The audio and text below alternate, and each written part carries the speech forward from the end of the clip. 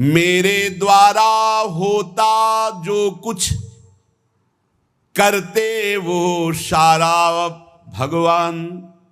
मैं न रहा, मेरा न रहा, करता कौन कहां अभिमान। ढांचा एक बना रखा है, अपने से ही अपने काम।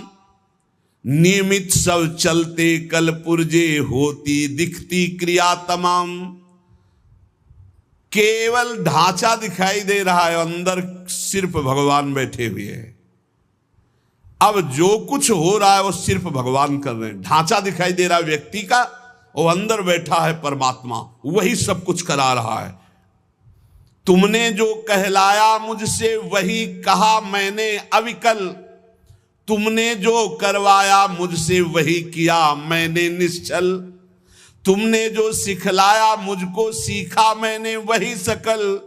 तुमने जो दिखलाया मुझको देखा मैंने वही अकल। ये जो कुछ भी कहा क्रिया सीखा देखा मैंने प्रीतम। सो सब तुमने ही अपने में अपनी की लीला उत्तम।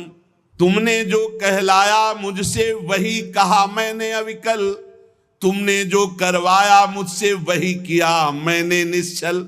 ये उस जो भावदेव को प्राप्त हो रहा है, किंचन मात्र हम नहीं रह गया, वो देख रहा है प्रभु करा रहे हैं। मन मति कैसे होते मुझ में, जब मैं ही हूं नहीं स्वयं। बना तुम्हारा सुख सदन, तुम्ही से रहते हरदम।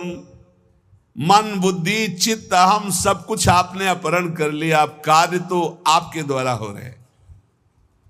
ओ शब्द में त्रुटि हो सकती, हाईजैक कहते, हाईजैक कहते, कर लिया हाईजैक भगवान ने, पूरा सिस्टम हाईजैक कर लिया। मन बुद्धि चित्त अहंकार इंद्रियां सबको भगवान ने, अब वो दिखाई दे रहा है केवल ढांचा करता हुआ, लेकिन क्रिया। किसी ने प्रश्न किया था कि आपको मन परेशान करता है जैसे हम लोगों को परेशान करता है? था, परेशान करता था जब मेरा मन था तब। जब मेरा मन था तब परेशान करता था, और जब उनका मन हो गया तो अब आनंद देता है, परेशान नहीं करता है, अब आनंद देता है। क्या स्थिति होती है? मेरे मन में नित प्रविष्ट रहे, ईश्वर का मन करता काम। ईश्वर के मन के ही होते उदय दिव्य संकल्प ललाम। अब जो मेरा मन था उसमें ईश्वर का मन आकर बैठ गया। अब जो संकल्प विकल्प हो रहे हैं, अब जो क्रियाएं हो रही, जो भी बात हो रही, जो प्रश्न उत्तर हो रहे, जो चेष्टा हो रही, वो ईश्वर के द्वारा हो रही, वो किसी जीव के द्वारा नहीं हो रही। जीव के द्वारा किसी का परिवर्तन नहीं होता, ध्यान रखना। जो इसमें मैं था उसका अपहरण कर लिया गया, और उस मैं पे जो मैं है वो बैठ गया, अब अपना कार्य वो कर रहा है। रहा न मेरे मन में कुछ भी, ईश्वर के मन के अतिरिक्त। रहता सदा इसी से वो, मधुरमय भगवद रस से अभिषिक्त। अब मेरा मन नहीं रह गया, अब प्रभु के मन ने हमारे मन पर पूरा का पूरा अधिकार करके बैठ गया। तो प्रेम रस अभिषिक्त मन, सूखे मन में काम क्रोध लोभ मोह मद मत्सर होते, भगवत रस से अभिषिक्त मन में नहीं होते। परेशान भूखा आदमी करता है, तृप्त आदमी तो आराम करता है। अब श्री राधा जुग चरण निवास, अब तृप्त हो गया, अब इसके भागने की जगह नहीं बची है। मेरे मन को नित्य बनाए रखते प्रभु निज मन का यंत्र। करते उससे अपने मन की मनमोहन वे परम स्वतंत्र। रहा न कोई मुझ में करने वाला अब शुचि असुचि विचार। अंतर्द्वंद मिट गए सारे, मिटे मोह के सभी विकार। एक ने कहा कि हमने आपको जान लिया। नहीं भाई, नहीं जान सा है। छाती से लगे रहो फिर भी नहीं जान पाओगे, छाती से लगोगे फिर भी नहीं जान पाओगे, वचन से लग जाओगे तो जान जाओगे, वाणी को पकड़ लो उसके अनुसार चल दो तो जान जाओगे, नहीं जान पाओगे।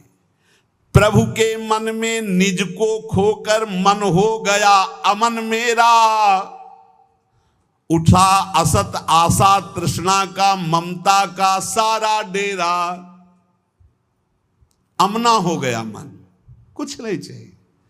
जब बहुत बड़ी वस्तु मिल जाती है तो उसके पाने के बाद कुछ पाना बाकी नहीं रहता, उसके जानने के बाद कुछ जानना बाकी नहीं रहता। एक बार चित्त को लगाओ तो, एक बार प्रभु में लगाओ, फिर जब प्रभु तुम्हारे चित्त को स्वीकार कर लेंगे तो क्रीड़ा करते अब मन में स्वयं प्रीतम इच्छा अनुसार करते रहते नित उसमें, उससे वे अब स्वच्छंद विहार। अब मन रूपी भवन में हमारे प्रीतम स्वच्छंद विहार कर रहे हैं। जितनी भी मलिनताएं थी, जितनी भी इच्छाएं थी, वो प्रभु से विमुख होने के कारण, और जब प्रभु पधारे मन में सब अपने आप खत्म। क्रियाएं वैसे ही हो रही। मेरा जो कुछ था सब ही पर हुआ, एक उनका अधिकार, वे ही अब सब कुछ बने। प्राण हृदय मन प्राणाधार। भगवत प्रेमी महात्मा के प्राण कौन? प्रभु। मन कौन? प्रभु।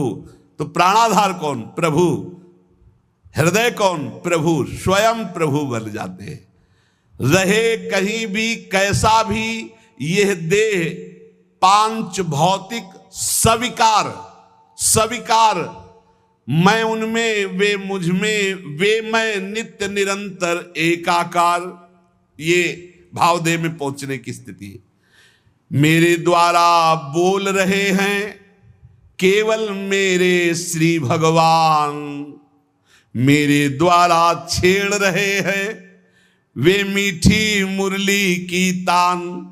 मेरे जीवन में अब तो एकमात्र उनका ही स्थान, अतः उन्हीं का होता मुझ में क्रिया नित्य क्षुद्र महान। क्रिया क्षुद्र हो या महान हो, वे उन्हीं भगवान से हो रही। अब मैं मेरा कहीं अस्तित्व तो नहीं रह गया। इस स्थिति में भाव का प्रादुर्भाव हो जाता है और भाव देह की प्राप्ति हो जाती है। तो कह रहे इस लोक में आराध्य देव से भिन्न कहीं भी जिसकी ममता नहीं है, उसके लिए कोई संसार नहीं है, उसके लिए कोई प्राणी नहीं है, यहां तक कि अपना भी अस्तित्व तो नहीं रह गया। देखो साधना को समझिए, अपना भी अस्तित्व तो नहीं रह गया। तब वो नित्य दिव्य रास लीला का रहस्य उसके हृदय में स्वयं प्रकाशित हो जाता है। ये माया मुग्ध मानव अपनी बुद्धि लड़ाकर रास को समझना चाहे तो कदापि नहीं। कौन अधिकारी है? बोले जिसका इस लोक में कोई भी नहीं है, अपनी ममता कहीं नहीं है, जगत में पूरे ना कोई प्राणी पदार्थ में, यहां तक कि अपना भी अस्तित्व खो गया, वो रास का अधिकारी। इसीलिए कई बच्चा के पेट, बच्चा बन जाओ, आचार्य शरणागत हो जाओ, स्थिति वो प्रदान कर देंगे। हृदय में जब तक थोड़ी भी वासना का अंधकार है, वो इस रास के ज्ञान से आलोकित नहीं हो सकता है। जगत के विषयों से त्याग वैराग्य उपरति के अनंतर रसिक महापुरुष की विशिष्ट कृपा, तब वो रास रहस्य का ज्ञाता होता है। श्री श्यामा श्याम की किंचित कृपा से रहस्य प्रकाशित होता है। ये लोक लोक नहीं रह जाता, मृत्यु लोक नहीं रह जाता उसकी दृष्टि में। ये सब दिव्य वृंदावन हो जाता। कहीं भी हो रहे उसकी दृष्टि वृंदावन में ही रहती, उसका दिव्य रास लोक अलग अलौकिक उसके नेत्रों में छाया रहता है। हमारा हृदय तो वासना से ग्रस्त है, दिव्य लोक की बातों पर विश्वास ही नहीं है, पाप की तरफ ही आकर्षण है, यही सुख दिखाई दे रहा है, इस माइक जगत को ही सत्य मान रहे हैं। अरे अभी माइक जगत को त्याग करके योग माया के आवरण को भेद करके आगे बढ़ना।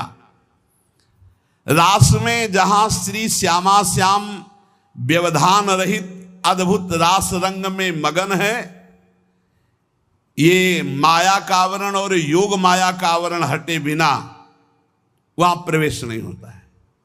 वहां का वस्त्र, वहां के शरीर, वहां के खेल सब व्यवधान रहित मायातीत योग मायातीत दिव्य प्रेममय है। वस्त्र भी प्रेम के, वस्त्राभूषण भी प्रेममय। ये नित्य परिकर जो प्रिया प्रीतम का है, इसी के आश्रय से इस परिकर में प्रवेश होता है। ये जो सखी आई, श्री स्वामी हरिदास जी महाराज, ललिता सखी जी, श्री हरिवंश महाप्रभु हित सजनी जी, ये जो नित्य परिकर है किशोरी किशोर का, इन्हीं की कृपा से इधर सोच बढ़ती नहीं, कल्पना भी नहीं कर सकते आप। संभाव्योपि विरंचि नारद शिवो स्वयं भुवाद्यैर्नया, इतना आवरण माया का है, इसी को भेद पाना बड़ा कठिन है।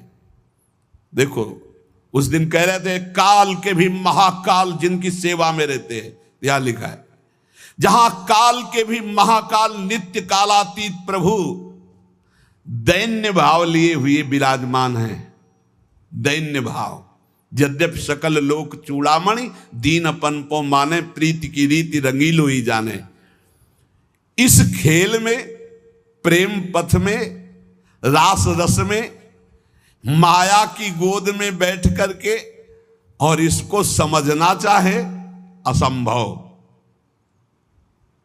बिना ब्रजरज का सेवन किए, बिना ब्रजरज उपासक रसिकों का संग किए हम सोच भी नहीं सकते कैसे रास का क्या स्वरूप है।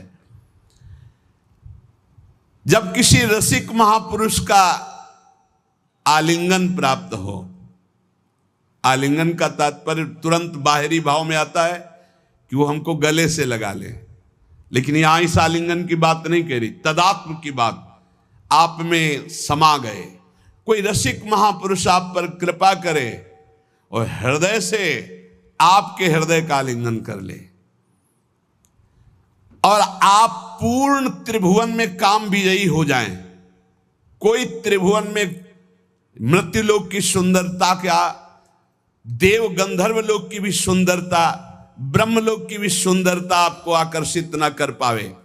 इस कोटि का वैराग्य जहां यत किंचन मात्र ब्रह्मलोक तक का कोई भी भोग आकर्षण न पैदा कर पावे, वो इस मलिन माया को पार करके ठीक उस रास लीला परम धाम की तरफ जाने का अधिकारी होता है। कितनी ऊंचाई चाहिए, इसीलिए बच्चा बन जाओ। बहुत ऊंचे नहीं बन पाओगे, बच्चा बन जाओ। साधारण मानव समाज अपने धर्म में तो चल नहीं पा रहा, वर्णाश्रम धर्म की तो बात ही दूर हो गई, वैदिक सिद्धांतों तक तो पहुंच ही नहीं हो रही है। धर्म का जब तक पालन नहीं, तब तक पाप वासना भ्रष्ट किए हुए कैसे कोई समझेगा प्रिया प्रीतम की बात। इसीलिए बड़े भाग्यशाली हैं अपने लोग जो प्रिया प्रीतम की बात कथन सुन। ये सब महामहिम बातें ये सुनने को नहीं मिलेंगी, नहीं मिलेगी। आजकल श्रवण कथन का स्वरूप ही बदलता चला जा रहा है, एक उपहास, एक मनोरंजन, एक ऐसा। ये जो मायाकृत है, कैसे जानेंगे रास, कैसे जानेंगे भगवान की प्रेम विलास को। अरे भक्त तो धर्म राज्य, वैदिक सिद्धांत राज्य, यहां तक कि मोक्ष पदवी से ऊपर उठा हुआ प्रेम राज्य में जब पहुंचता, तब यह दिखाई देता है रास क्या है, राधा कृष्ण का स्वरूप क्या है। भावलीला में मानवीय कर्म चेष्टा का प्रवेश ही नहीं है। ये मानव जगत आदर्श के शिखर तक मानव कर्म पहुंचते हैं, रासलीला में नहीं। ये रासलीला भाव लीला है, ये भाव देह से होती है। जैसे ब्रज में जो रास हुई, जब भगवान श्री कृष्ण की बंसी बजी तो सब गोपियां भगवान श्री कृष्ण के समीप पहुंची। तो हर गोपी अपने पति के पास सोई हुई थी, जहां जो जैसी थी व्यवस्था में। शरीर से एक भी गोपी नहीं गई। पूज्य महाराज भाई जी महाराज कह रहे, गोपी अपने अपने पति पुत्रों के पास थी। मानव देह मानव के पास था और भाव देह चिदानंद में दिव्य रूप से वो भगवान के समीप गई, रास में सम्मिलित हुई। ये स्थूल सूक्ष्म कारण देह नहीं थे, भाव देह चिदानंद में स्थिति गोपी की। चिन्मय देह भाव देह में दिव्य अलौकिकता होती, उसमें स्त्री पुरुष के चिन्ह ये सब भाव नहीं होते। इस माया देह को वहीं छोड़ दिया था अपने अपने घरों में, और सब भाव देह से पहुंची हुई थी। पूज्य भाई जी महाराज इसमें लिखे, आत्माराम श्री कृष्ण का आलिंगन आत्मा से होता, देह से नहीं। वो आत्मदेह स्वरूपा गोपांगनाएं थी। इसलिए प्रभु को जो रास विलास में तो कहा स्वप्रतिबिंब विभ्रमा, जैसे बालक अपने प्रतिबिंब से खेलता है। अर्थात सब श्री कृष्णमयी चिदानंद देहधारी गोपियां थी, कोई लौकिक स्त्रियां नहीं थी। जब ब्रज रास को ही नहीं समझ पा रहे हैं तो नवनिभृत निकुंज का रास ये भावुक जनों का विषय है, ये कल्पना का लोक नहीं है, ये परात्पर प्रेम का दिव्य लोक है। इसलिए हमारी प्रार्थना उन प्रेमी उपासकों से है कि ऐसे बहिर्मुख जनों का, ऐसे बहिर्मुख व्यवहार का, ऐसे बहिर्मुख वार्ता का त्याग करके अपने भाव को बचाते हुए बहुत ऊंचाई पर प्रभु ने घसीट लिया है प्रिया प्रीतम की उपासना। तो सिर्फ श्यामा श्याम का नाम, श्यामा श्याम के रूप, श्यामा श्याम की लीला, श्यामा श्याम के गुणों का गायन करते हुए संसार की लोक परलोक की कोई परवाह न करते हुए, किसी की समालोचना का ये विषय नहीं, ये अपने हृदय के भाव का विषय है। तो जैसा आचार्य गुरुदेव ने उपदेश किया वैसा हम आगे बढ़ते रहे। पूज्य श्रीपाद प्रबोधानंद जी महाराज, यदि आपको वृंदावन का वास मिल गया है, वृंदावन आने को मिल गया है, अब यहां आपको कोई कटुवचन बोलता है, आपके साथ दुर्व्यवहार करता है, तो आपको पवित्र किया जाता है। ये भाव राज्य है, इसमें स्थूल से सूक्ष्म, सूक्ष्म से सूक्ष्मतर और सूक्ष्मतर से सूक्ष्मतम में प्रवेश होता है। ये दिव्य भावना का लोक है। स्थूल सूक्ष्म कारण भाव चिन्मय, 5 भेद है। पहले स्थूल भाव बनता है, कैसे? शरीर से प्रकट सेवा में खूब तन्मयता, शरीर से जैसी आज्ञा हुई जहां हमें खड़ा कर दिया गया वही शरीर प्रधान। फिर अंतर में घुसता है, अंतःकरण प्रधान, सूक्ष्म शरीर, चिंतन प्रधान। अब बाहर की क्रियाएं तो पहले से ही संयमित हो चुकी है, अब जैसी गुरु आज्ञा वैसा अंदर चिंतन प्रधान। फिर कारण स्वभाव प्रधान हो गया, या जो पर्यो मोहि सहज स्वभाव, श्री हरिवंश नाम रस चाओ, श्रुतौ राधिका कीर्तिरंता स्वभावे।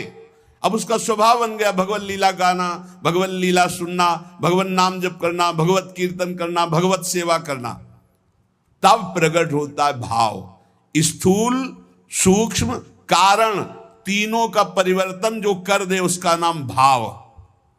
भाव के आगे चिन्मय देह की प्राप्ति होती है, जिसे भाव देह कहते हैं। ये बड़ा विलक्षण होता है, न स्थूल होता है, न सूक्ष्म होता है, न कारण होता है, न यातना देह होता है, न देव देह होता है, न स्वाप्निक देह होता है। एक अलौकिक चिन्मय भाव देह है। ये नित्य, जैसे प्रिया प्रीतम वैसा ये नित्य है चिन्मय देह।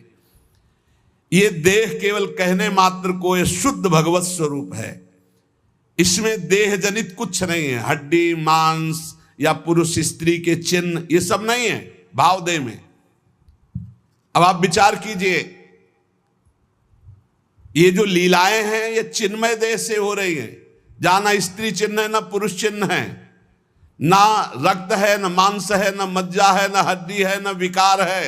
निर्विकार चिदानंद चिन्मय देह। कैसे जानोगे? कैसी रास हो रही है? यहां देह और देही का भेद नहीं, जैसे आत्मा अलग है, देह अलग है। यहां माया का पर्दा नहीं है, यहां बहिरंग प्रकृति का प्रवेश नहीं है, यहां अंतरंगा योग माया का भी प्रवेश नहीं है।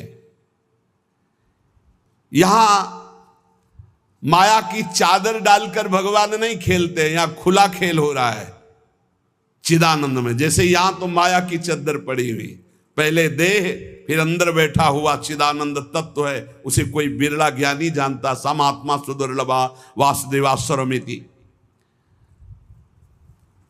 इस चिन्मय भावदेह की जब प्राप्ति होती है तो केवल प्रिया प्रीतम के मिलन आनंद की व्यवस्था करना और उसी आनंद में पूर्णानंद में डूबना। जैसी हरिवंश लाल ललना मिली तो हियो सिरावत मोर, चिदानंद भावदेह से चरी। इसमें जो चरम सुख है उसके आगे मोक्ष सुख कड़ुआ लगता है। यह रहस्य तभी खुलता है जब दिव्य लीला राज्य के भावरस में डूबे हुए किसी भावुक महापुरुष की शरणागति मिल जाए और उनकी बताई हुई उपासना के क्रम से स्थूल शरीर, सूक्ष्म शरीर, कारण शरीर, तीनों से परे भाव, भाव से भी गाढ़ भाव दे चिदानंदमय की प्राप्ति, तब इस लीला में प्रवेश हुआ।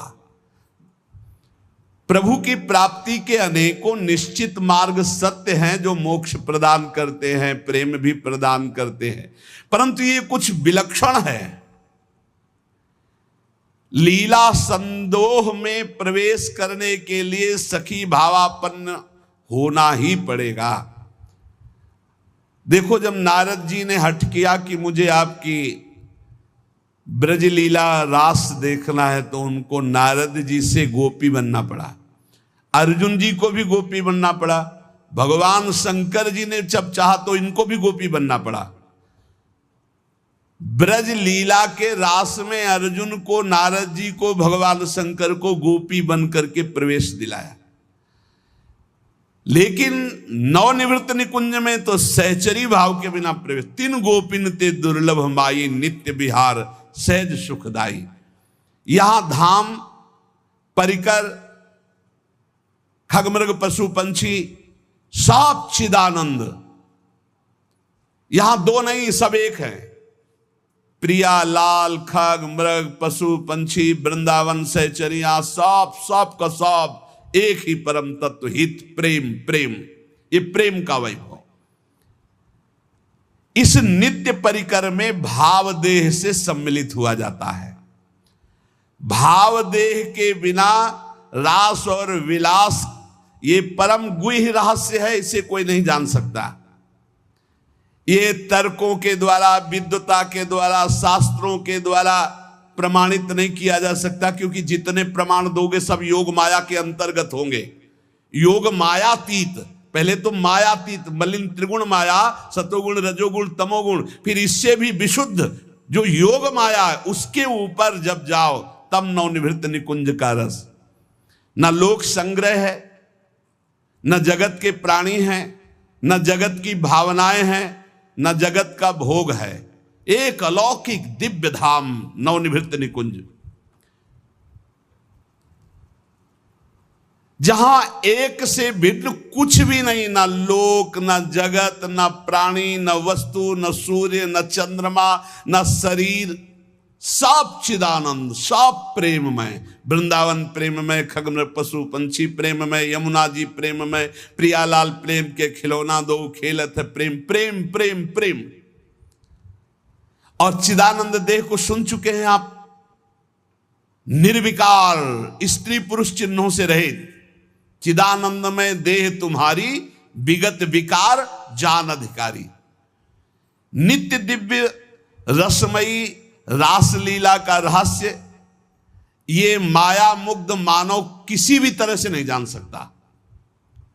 हृदय में जब तक कोई भी वासना है तब तक प्रियालाल को कोई नहीं जान सकता।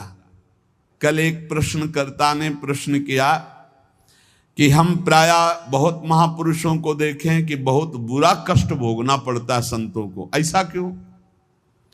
बड़े बड़े पापी हैं ऐसे उनको कुछ नहीं कष्ट होता, और संत जो भजन कर रहे हैं उनको बहुत ही कष्ट होता है, ऐसा क्यों होता है? ऐसा इसलिए होता है, उसके दो कारण होते हैं। पहला तो इतने करुणा में होते हैं कि वो अपने जनों के आगामी प्रारब्ध को देख लिया और वो जान भी नहीं पाया और प्रारब्ध को घसीट कर अपने शरीर पे डाल लिया और भोग लिया। इतना करुणा में हृदय होता है कि अनंत माताओं का हृदय भी उतना करुणा में नहीं होगा। कोई जान नहीं सकता इस बात को। वो देखा कि हमारे अमुक जन पर प्रारब्ध का आक्रमण होने वाला है, तो प्रारब्ध तो मिटाया नहीं जा सकता, भोगा जा सकता है, तो आओ हम भोगने के लिए तैयार हैं, और वो उनके प्रारब्ध को ले लेते हैं। दूसरा, अनंत जन्मों का हिसाब बराबर होना है, भगवत प्राप्ति होनी। अब आखिरी जन्म है तो जो हिसाब है अनंत जन्मों का, पहाड़ का पहाड़ जमा था, छोटा छोटा भोग भोगते हुए, तो उनको लगता है कि जो संत महात्मा उनको बहुत कष्ट है। बिल्कुल कष्ट नहीं है, केवल प्रारब्ध भोग की लीला। वो दो प्रकार की, एक करुणा करके अपने जनों के प्रारब्ध को ले लेना, एक दूसरा अपने अनंत जन्मों के प्रारब्ध को भोग कर पवित्र होकर भगवान के धाम जाना। दूसरा, जो पापात्मा जन है उनके जो वर्तमान के पाप हैं और पूर्व के पुण्य उनके काम कर रहे हैं, इसलिए उनको कष्ट नहीं दिखाई दे रहा। लेकिन जब पूर्व का पुण्य समाप्त हो जाएगा, वर्तमान का पाप और पूर्व का पाप लगे, तब उनकी दुर्गति हो जाएगी। तो ऐसे ही जब हम धाम में या नाम जपने में या भक्ति में चलते हैं तो लोग हमारा उपहास करते हैं, लोग हमें कटु वचन बोलते हैं, उनको द्वेष होता है भक्तों से, वो निंदा करते हैं। तो दुर्वाच्यान सहस्त्रशा परिभवान नीचहि कृतान कोटिशो। करोड़ों प्रकार से कोई हमें दुर्वचन कहे तो भी हमको चुप रहना है। क्यों चुप रहना? हमें अपना काम बनाना है। वो दुर्वचन बोलेगा, हमारे पाप नष्ट हो जाएंगे, हृदय में जलन होगी ना, तो हमारा हृदय पवित्र होगा। हृदय भगवान के लिए सुंदर महल है, सुंदर निकुंज है। नारायण या गौर श्याम को हृदय निकुंज बसइए। बहुत कूड़ा करकट जमा कर लिया गलती करके, उसका नाश होगा। दुर्वाच्यान सहस्त्रशा परिभवान नीचै कृतान कोटिशो। नीच पुरुष द्वारा करोड़ करोड़ प्रकार से तुम्हें कष्ट दिया जाए, गाली दे रहे हैं, निंदा कर रहे हैं, उपहास कर रहे हैं, ऐसा व्यवहार कर रहे हैं जो हृदय को जला रहा है, ए सह जाना, पलट कर जवाब मत देना। बहुत जल्दी तुम्हारा हृदय पवित्र हो जाएगा और तुम सदा सदा के लिए सुखी हो जाओगे, और वो जो बोल रहा है वो दुखी हो जाएगा। उमा क्षमा सापहुते भारी। तुम चुप रहो, मत बोलो। भक्ष्याक्षादनवास कुट्य मिलना दुखान्यलम कोटिशा। हो सकता है कि तुम्हें भोजन आदि की व्यवस्था हो, वास की सही व्यवस्था न हो, गर्मी सर्दी आदि सहनी पड़ रही, चुपचाप सह लो। थोड़े दिन का जीवन है, भगवत प्राप्ति करनी है। धाम में ऐसी निष्ठा से रहो, भोजन भी नहीं मिलेगा, कष्ट भी मिलेगा, गालियां मिलेंगी, तो भी हम धाम को नहीं छोड़ेंगे। कामाद्यैरति पीड़या च मनसो वैकल्यमात्यंतिकम।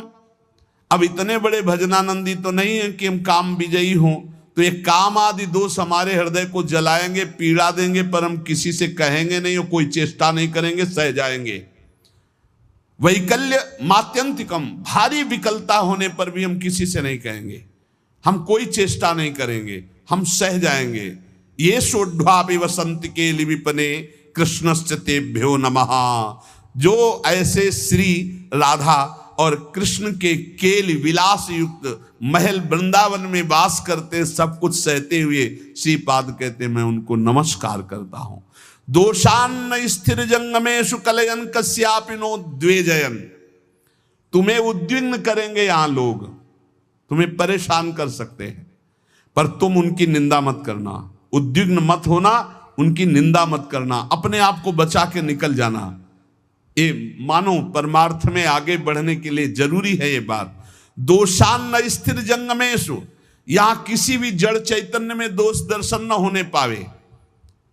यद्यपि वो तुम्हें उद्वेग प्रदान करेंगे, भगवत पार्षद हैं, प्रेरित होकर आएंगे, तुम्हें ऐसे वचन बोलेंगे, ऐसी चेष्टा करेंगे, ऐसे उद्वेग प्रदान करेंगे, पर तुम उद्वेग मत कर। किंचित दयत्न लब्ध मित भुक चित्ते पिन स्त्रीक्षणा, यदि तुम्हें कवल दो कवल ही भोजन मिल जाए तो उसी को खा करके दिन व्यतीत कर लो। अभ्यास में बहुत बड़ी सामर्थ्य है, बहुत बड़ी सामर्थ्य अभ्यास में है। ये भगवत प्राप्ति जब लक्ष्य हो जाएगी तभी सह सकते हो, अन्यथा नहीं सह पाओगे। अगर कवल दो कवल भी भोजन मिल जाए तो उधर में डाल लिया, पूरा दिन व्यतीत। कवल दो कवल तो बहुत होता है, 3-4 दिन में कभी ऐसे गुड़ मिल जाता था ना गंगा किनारे, गुड़, तो गुड़ पाके एक कमंडल जब गंगा जल पीते थे तो ऐसे भगवान की तरफ, कितने कृपालु भगवान हो, ऐसे एकांत में भी आप हमारे उदर पोषण को देते हो।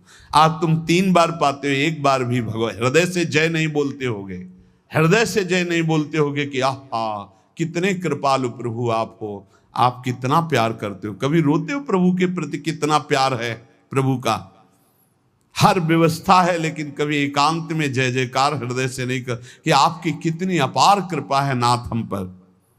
और कह रहे मितभुक चित्ते पिन स्त्रीक्षणा, एक क्षण के लिए भी वृत्ति काम भोग के लिए किसी माता बहन की तरफ गंदी भावना से न जाने पावे। धाम में वास करते हो, ऐसी गलती ना होने पावे।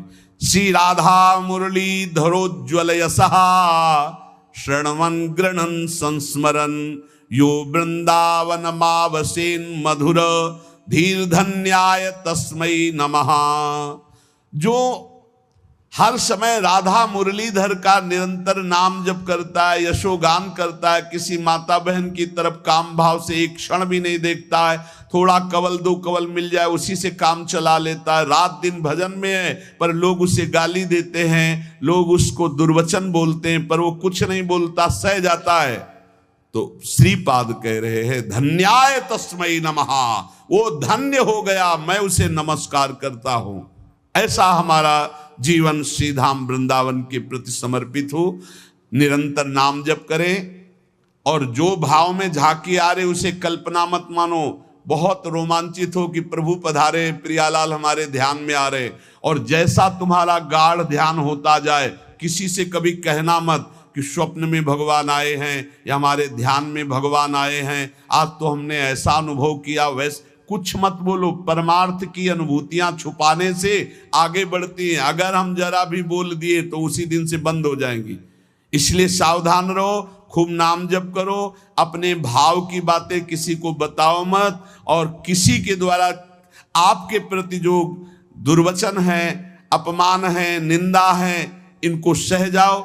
जैसा रूखा सूखा मिले उससे उदर पोषण करो। यहां से जाना है, शरीर छोड़ना है, भगवत प्राप्ति करनी है, ये दृढ़ निश्चय रखो।